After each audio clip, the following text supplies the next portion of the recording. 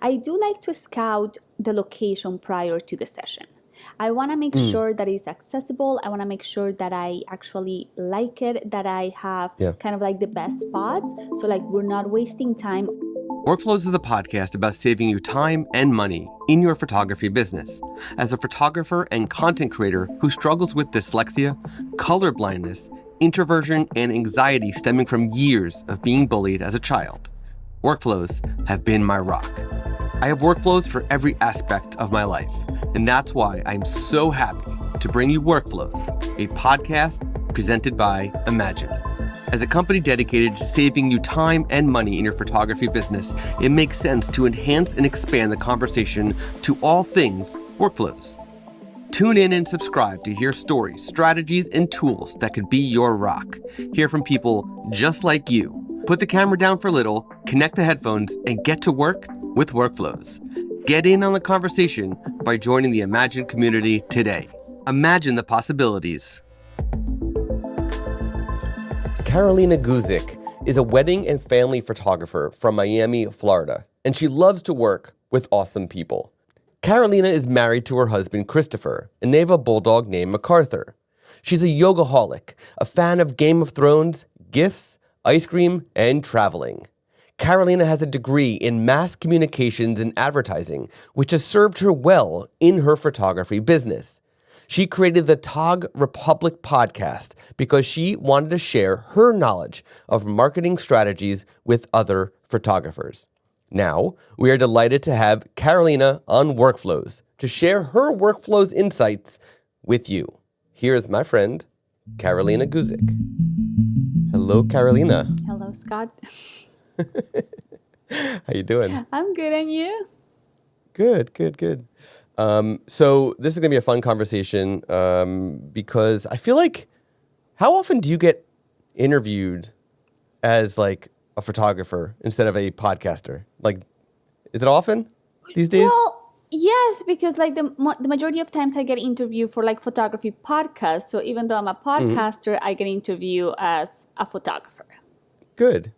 Yeah, I'm glad because I feel like sometimes that line gets pulled in opposite directions. So I'm glad that you get to bring it back whenever you're a guest, and that's what we're going to do today. Great. And we're going to be talking about a topic, of course, that I know that you enjoy talking about as well, which is workflows. Mm-hmm. So that's the theme of the show, and so we're going to get right into the first question. It's the same question I ask every guest on the show. Okay. What is one thing that you do for the photographic process behind the camera that has saved you time? Hold on, because I might not understand this question completely. What do you mean like behind the camera? Do you mean like when I am photographing or when I get home? When you're photographing.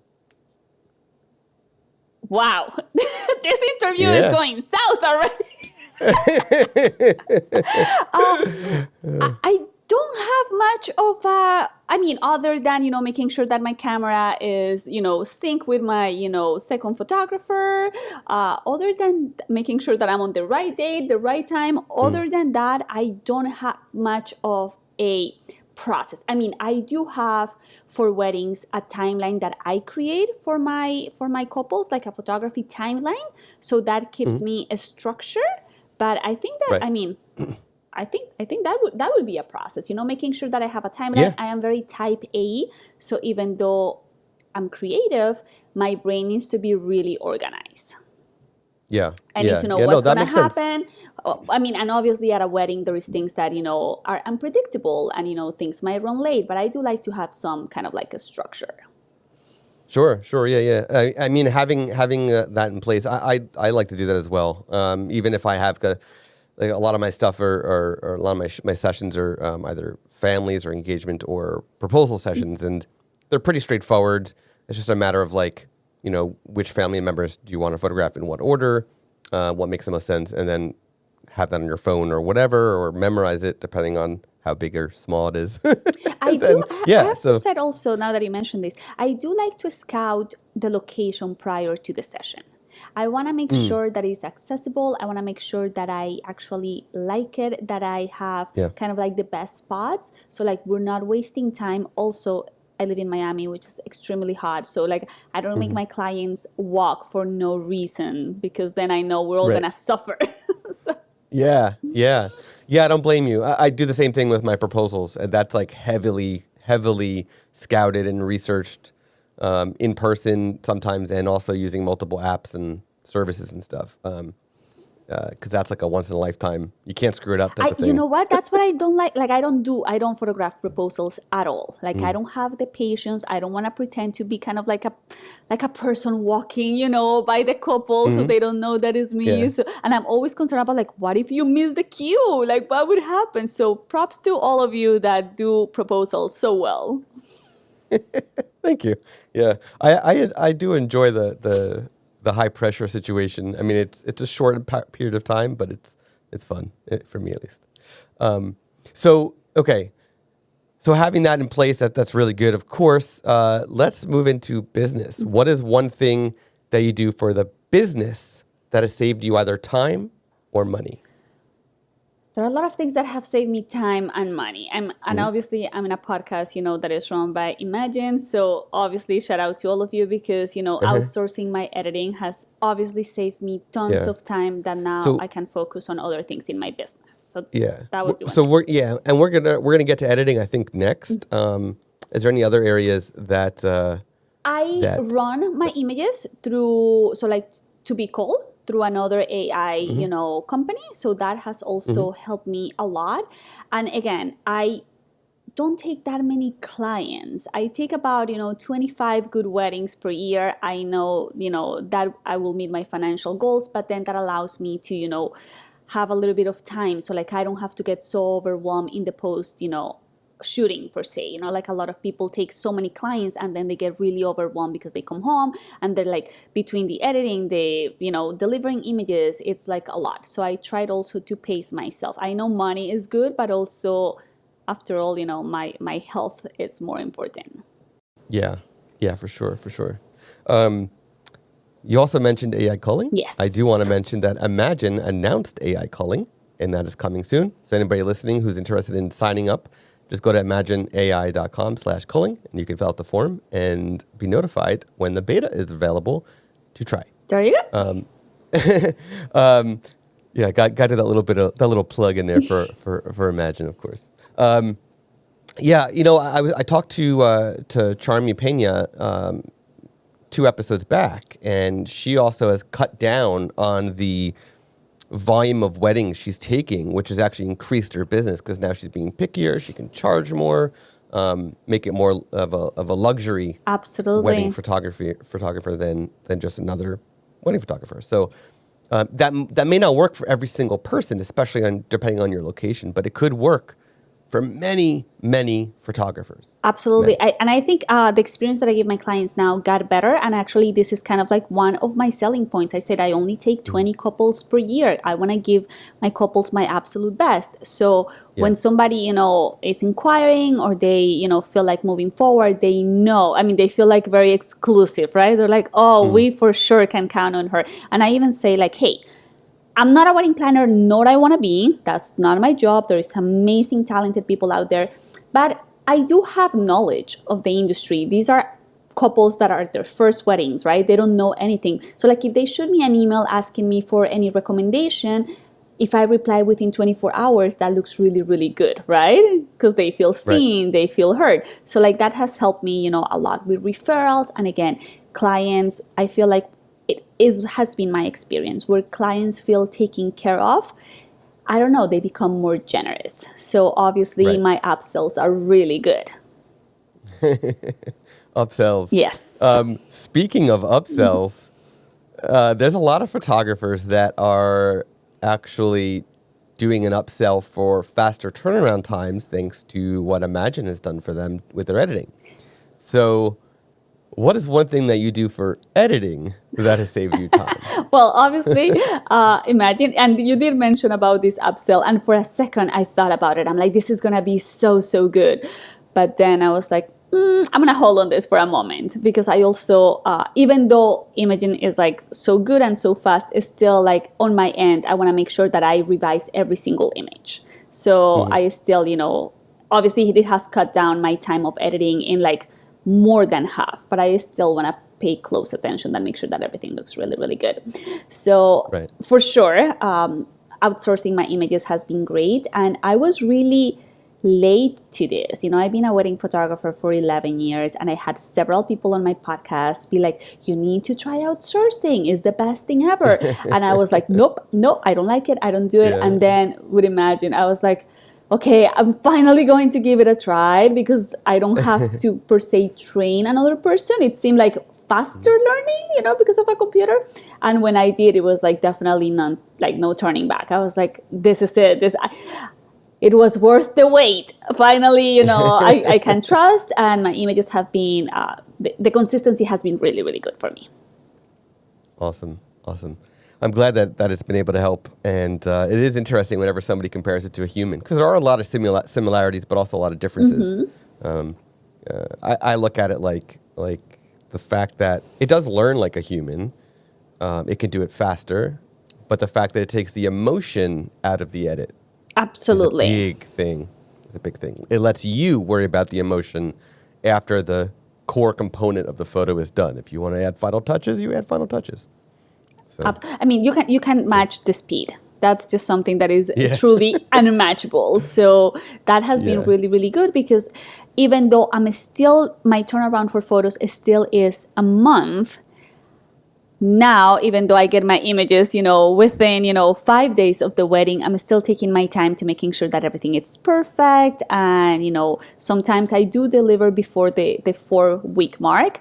But still, it gives me the headspace or the freedom of, in my mind to be like, everything is taken care of. And now I'm just taking my time because, I'm doing other things.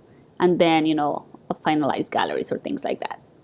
If you are enjoying this episode, please take a moment to leave us a review at Apple Podcasts, Spotify, or Podchaser. We truly appreciate it. So this is fantastic. What is now one thing you do after a session that has increased business? Like, have you ever considered doing upsells after the fact? Or do you think that's too shady? I do upsells after the fact. Yes, I do upsells after the fact. So it's not, for me, it's not considered shady because in my contract says that there is a possibility for upsells after the fact. So client kind of knows.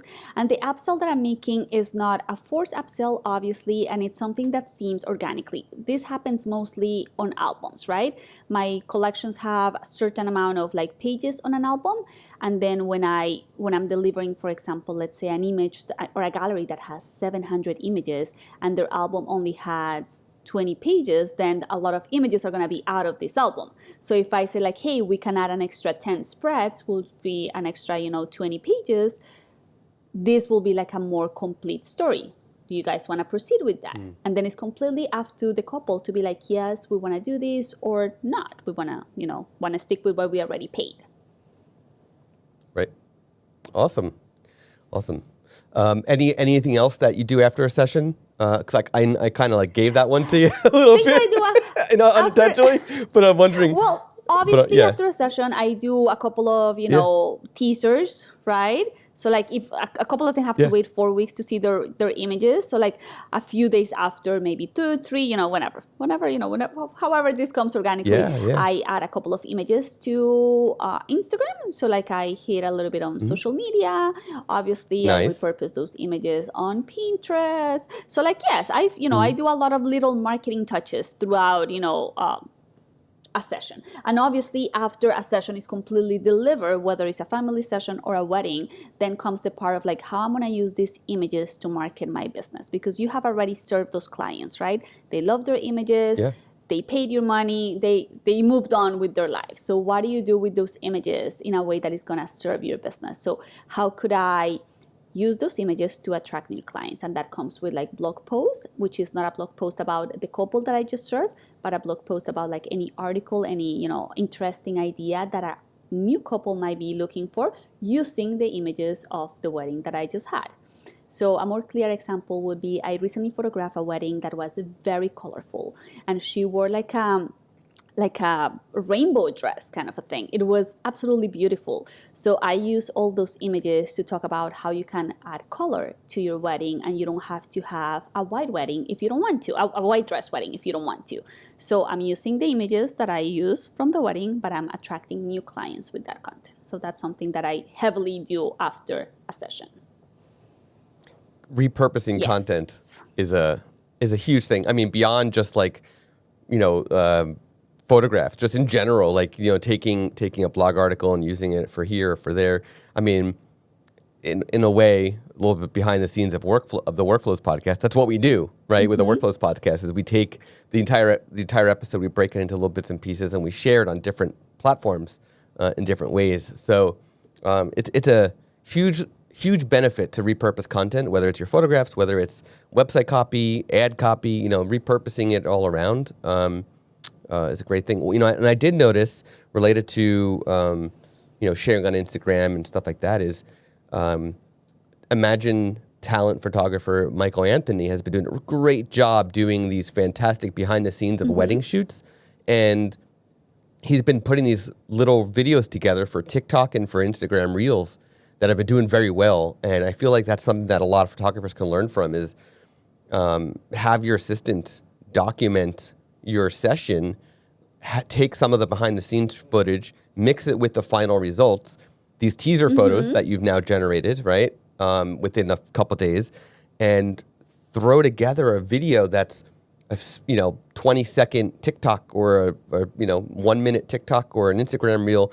You can get a lot of clients from that because that is what is hot right now. That's what's really popular with clients these days is they're watching these videos. I mean, everybody loves what's the word that I'm looking for? Like a feel good story, right? So when you see also everybody loves a transformation. So when you see kind of like the behind the scenes that looks normal, right? Because it's being shot with like a cell phone, and then you look the edited images that look so refined and so beautiful. It's like a transformation, right? It's like your wedding is beautiful, but these images are gonna make them look so much stunning or something like that. Yep. Okay, so we've talked about now photographic process, the business, editing, after a session. Now I want you to look down at your photography business from like this 30,000 foot view down, okay?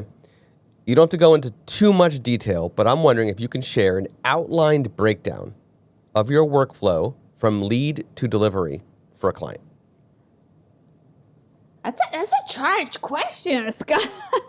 Yeah. Okay, so okay, so from booking all the way to delivery. Okay, so from booking, obviously contract, retainer, balance, obviously emails follow up with all this information and copy of all these documents so they can, archive those documents or refer to them if you need them. Along the line, I send a couple, obviously a welcome email, then a preferred vendor list, right? I like to bring my friends along, so a preferred vendor list is always great. Then, I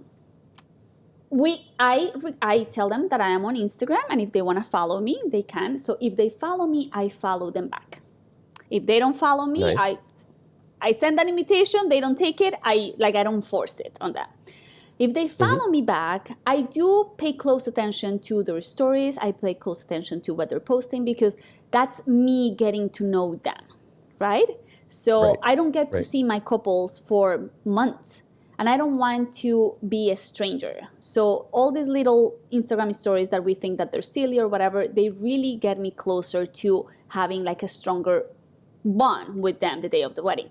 And it's actually really interesting. I mean, I have a dog. I talk about my dog a lot on my Instagram stories, and the amount of times that I have come to a wedding and complete strangers come and ask about my dog is really insane. So I know it works. So anyway, so I do all these little touches. A month prior to the wedding, we do another phone call or a video call, and we talk about kind of like finalizing details. I present a timeline that they revise, and then we change anything that needs to be changed. This is not a wedding timeline. This is a photography timeline. I'm not doing at what time tables get there. No, I have no idea of any of those things. I'm talking about like at what time we're being, photographed certain things. So we go over this. Then obviously the day of the wedding, I start the day with a cute text in the morning. Hey, happy wedding day. I always joke and I say like, I'm alive and well, I'll be there soon. So they know that, that I will show up to their wedding, kind of a thing. Day of the wedding, follow my timeline, have fun, be creative. I come home. The first thing that I do when I come home is save all the images in several external hard drives. So I get a little bit freaked out that I'm going to lose them. So they get saved several times. I upload them to the cloud. The next thing that I do the same night is I upload all the images, which are thousands of images, into the company that I use for calling. And I go to sleep. That's it. The next morning when I get my image, it doesn't take 24 hours, but I go to sleep, so I'm not paying attention. So the next morning when I wake up and I see my final calling, I go through that calling and I do a final calling myself, okay? So the first calling, let's say that is 50%, and then I narrow it down to like 20% of images. And once I have that done, immediately I send them to Imagen. And I wash my hands and go to sleep again. And then obviously when I receive the images, as I mentioned before, I go through every single, photo. I make any adjustments that I need to make. And then once I have that final gallery, am I trying too much? Do I need to keep going down this rabbit hole? No, This is good? this is good. Okay. This is good. This is good. I forgot one really good step that I think that a lot of photographers don't do. When I come home after a wedding and while I'm uploading the images to my external hard drives and the cloud and all that, I sent a thank you email to the couple and to all the vendors. I don't send this email at 2:00 in the morning like a crazy person, obviously not. So like I schedule my email to be sent next morning, right? And for the vendors, I thank them. And I said that if the client approves a vendor gallery, that I will be sharing with them some images. And to the couple, I just say, thank you so much for having me. And I talk about their wedding, like, my God, this was so great, whatever, details are. The important thing here is to thank the vendors, because every single time I send this email, the majority of the times I get a reply saying like, oh my God, nobody has ever sent us a thank you email.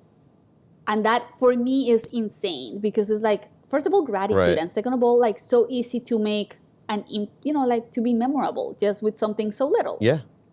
Okay, so back to like I get my images or good. I upload all my images to the gallery that, the software that I use to deliver my images. I create a slideshow. I create an album. And then I set up a meeting with the couple, because I don't send things just via email. I do a live reveal of the gallery, because I want to make sure that they're on the right mindset, that the cell phones are off. And even though I don't go through the whole gallery, like on this meeting, I tell them, like I show them the slideshow that I create, which is like about 3 minutes long, maybe. Then I walk them a little bit through the gallery. I explain them how the gallery has been divided. I tell them that I'm going to send another email with the pin. Pretty much all the logistics now of like accessing your gallery. I go over the album that I have designed. So now they're seeing like, oh my God, all these images are so great. And I'm like, you have 30 days to, commit to this, whatever you want. And I let it be. And then a month later, I check back with them. Like, do you guys like the album? Do you guys want to proceed? What would you like to do? And at that time, if they want an album, then we go move forward with the album. And they say like, hey, everything was fantastic. The family loves the photos, whatever. At that time, I ask for a testimonial. And that's it. Easy breezy. You might have wondered why I asked that question, right? Right before you started, you were a little like, oh, that's a big question. But here's the thing. You gave so many good nuggets of knowledge in there that were actually related to my original questions. Like, for example, like the Instagram thing, right? So that helps you behind the camera, but it also helps your business, right? Getting to know your client helps you in many, many, many ways. But also like emailing the vendor. That's a big business thing, right? So that's why I asked that question, and I'm so glad you definitely shared a lot. So I hope everybody who's listening got a lot from that. I was a little bit hesitant, because I'm like, I don't know if this is what he wants from me. Yeah. See, like it's interesting. Like you don't want to share too much when you propose that question, because you want to leave it open for these bits of knowledge to to just come out naturally, right? That's what this is. It's all about. So thank you for sharing that, because the whole Instagram thing, that in itself is a hugely valuable thing that probably 50% I of think that photographers people are get not doing these days, right? I don't know if the word is scared, but they might be like, I don't want to seem needy, or I don't want to feel, whatever.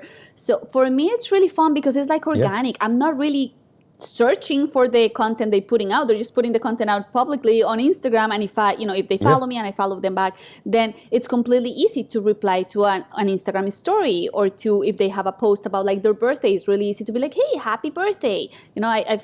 For me, I Yeah. am very friendly. So for me, it comes easily. Yeah. And the whole vendor thing, for example, a good example, like that experience that I had related to that is, so I don't photograph weddings, but I do a lot of families, as I mentioned. And not long ago, a family hired me to photograph their family with their newborn at the venue they got married So the year romantic. prior. And it was a really, really great photo session. And the wedding coordinator at the venue actually, gave us access to the entire grounds, inside and out. And afterwards, I emailed a thank you and stuff like that. And they wound up using my photos to promote it and invited me to do it anytime with any of their any of their wedding clients anytime. And I was like, all right. So it works out to be kind to your vendors, whether it's a venue or a florist. 100%. And you would think that this is something that is that a lot of people do it, or that everybody's doing it, and the reality is that very few photographers are actually going the extra mile. Is it? Yeah. I mean, I'm gonna say a pain in the ass, but is it like extra work? Yes, especially for me, because like I don't share the full gallery with vendors. I think I myself, I'm a very private person, so I put myself in the shoes of my clients, and sometimes maybe I assume things, but anyway, so like when I'm delivering a gallery to my clients, let's say this gallery has 700 images. There is a lot of things in that gallery. There is a lot of private moments, and I'm not talking about like nudity or anything like that, but there are little things that perhaps they don't want to share with the DJ, right? Does she want to have like her mom helping her in her dress images for the DJ? Probably not.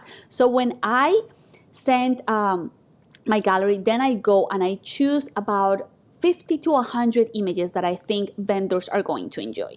So obviously very heavy on details.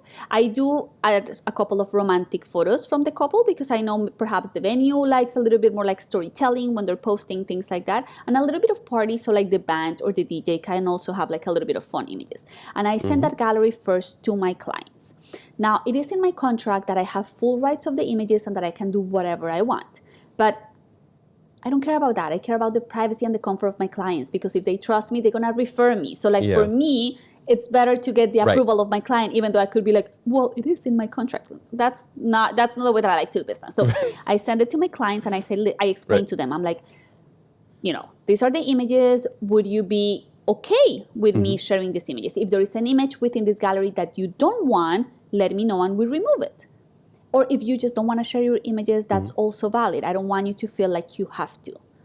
So my clients are always in full control of the experience. Even though I have a contract, even though I run a business, at the end of the day, for me, I want my clients to feel really, really good, to do things that feel okay to me. So like, good energy. Yeah.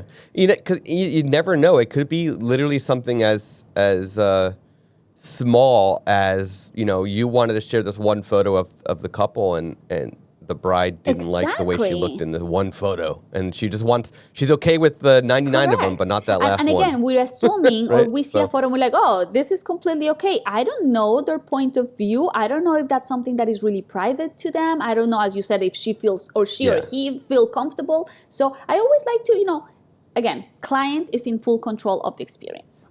That's it. Yeah. Great. Okay, so let's shift a little bit into something very modern, futuristic. What does the future of AI in photography look like to you? I would say to be honest, I don't like the future that much. Like, I don't like futuristic things. But I do think that,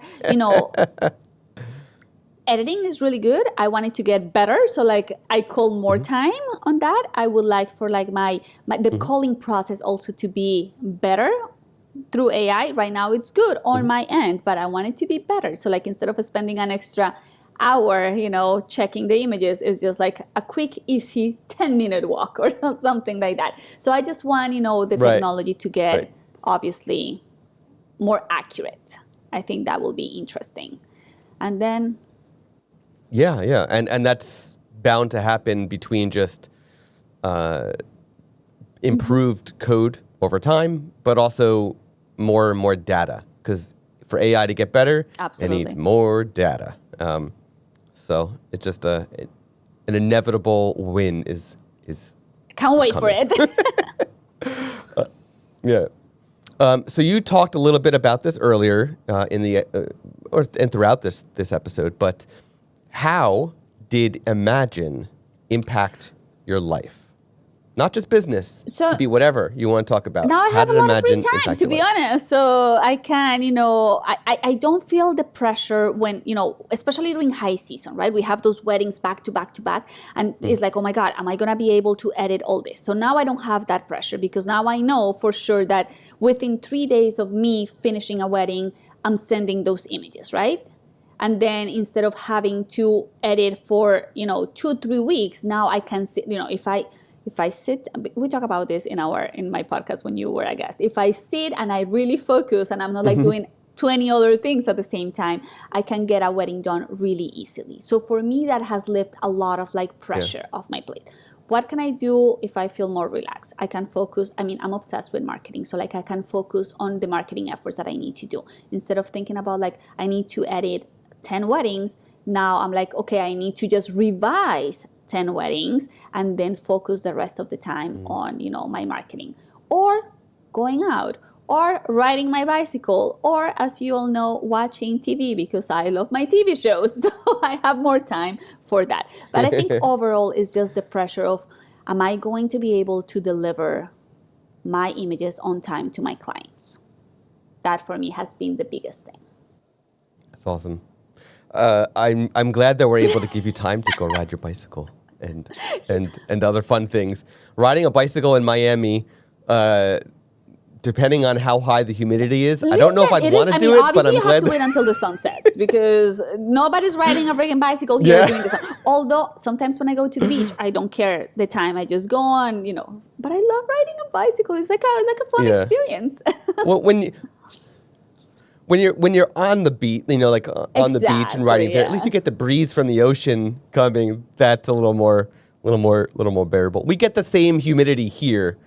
We don't, but the heat's a little bit. What we get here that is really annoying because it's like now it's like sunset is down, so now it's like pretty out, but you're riding your bicycle and you're eating bugs. Oh yeah. Oh yeah. Yeah, all those little gnats and stuff. Full face of bugs. Yeah. But hey, it's an experience. Yeah. Especially at the beach too. I find that there's a lot of like beach gnats or whatever those bugs are that are always. I mean, at least here in New Jersey, there's always those beach gnats at night. But so. So Carolina, I'm so glad you're able to join me today and talk about all your different workflows. Share, like as I said, all these little juicy nuggets of knowledge. Where can our listeners learn more about you, connect with you, and of course see your incredible photography and listen to your photography podcast? People can find me on Carolina Guzik on Instagram. People can go check it out. If people want to learn about marketing, they can follow me on the Tog Republic. That is TOG Republic. And as you mentioned, I do have a podcast. Every week I release either an interview or a solo episode with actionable marketing tips for photographers. Awesome. I'll be sure to link to both of those websites in the show notes. Thank you for having me. Thank you again, Carolina. And thank you, everybody, for listening. Thank you so much, Carolina, for joining me today on the podcast. I am so impressed with all of the workflows that you have in place, all those, as I said, those juicy nuggets of knowledge that you shared throughout the show. I really appreciate you taking the time to share all this with me and with the Imagine community. Thank you so much, and I can't wait to talk to you again soon. You have been listening to Workflows, presented by Imagine. To hear more from Workflows and to find a link to our guest, please go to imagen-ai.com/podcast. Be a part of the conversation by joining the Imagine community at imagen-ai.com/community. And be sure to subscribe to the podcast on Apple Podcasts, Spotify, or wherever you listen to podcasts. Thank you for tuning in. Until next time.